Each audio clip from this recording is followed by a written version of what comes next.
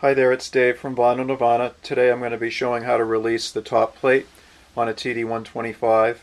The procedure applies to both the Mach 1 and the Mach 2 versions. You, for tools, will need a socket, 5.5 millimeters, and something to support the table. Coffee cans are fine, paint cans are fine. I've had these stands, special stands made. And basically I arrange them in an L-shaped pattern as you see there before you.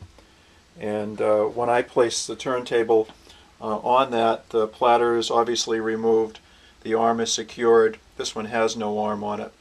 And basically it goes down like this. So the motor is far left of that, the cans or whatever you're using to support. The arm is over in this area. This floats about, but it's also supported in that manner. So you're going to be able to just remove the whole frame when you do.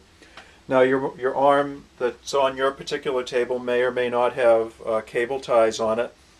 Typically, if this is a table that I worked on, in this area right here, you'll see the cable ties.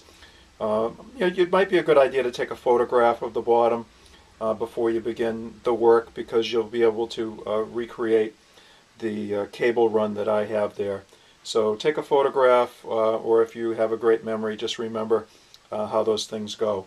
So there's three nuts that you're going to release here, here, and here, and that's going to release the top plate. And again, you need to have these things under there supporting it so it won't just tumble and fall. So here's the first one.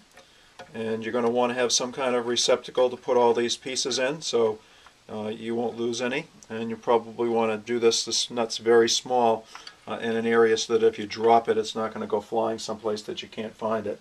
So there's one set. Depending on how tightly the springs were adjusted, sometimes this really springs up when you do it. That's two sets.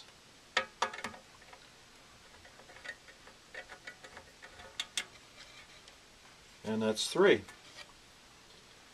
And at this point, again, if you've had your arm cables released, this will just lift right off and leave you with the top plate. In some cases, these springs might come loose, so you'll want to replace those in the exact same manner that they were before, because it really affects the centering of this top plate on there if these springs are not replaced in the same manner. I can notice here that you'll notice the washer that's here is missing from that. It must be inside the cup, but I'll make sure of that before. Then the only other part that you're going to do is just remove this set of washers also, and then it's just the again, I'm going to, just for matter's sake, I'm not going to replace that washer that's on the back right now, just for the sake of the filming. But the tricky part is getting this back on, and you just need to take it slowly. I usually kneel or crouch before the table, and I line up the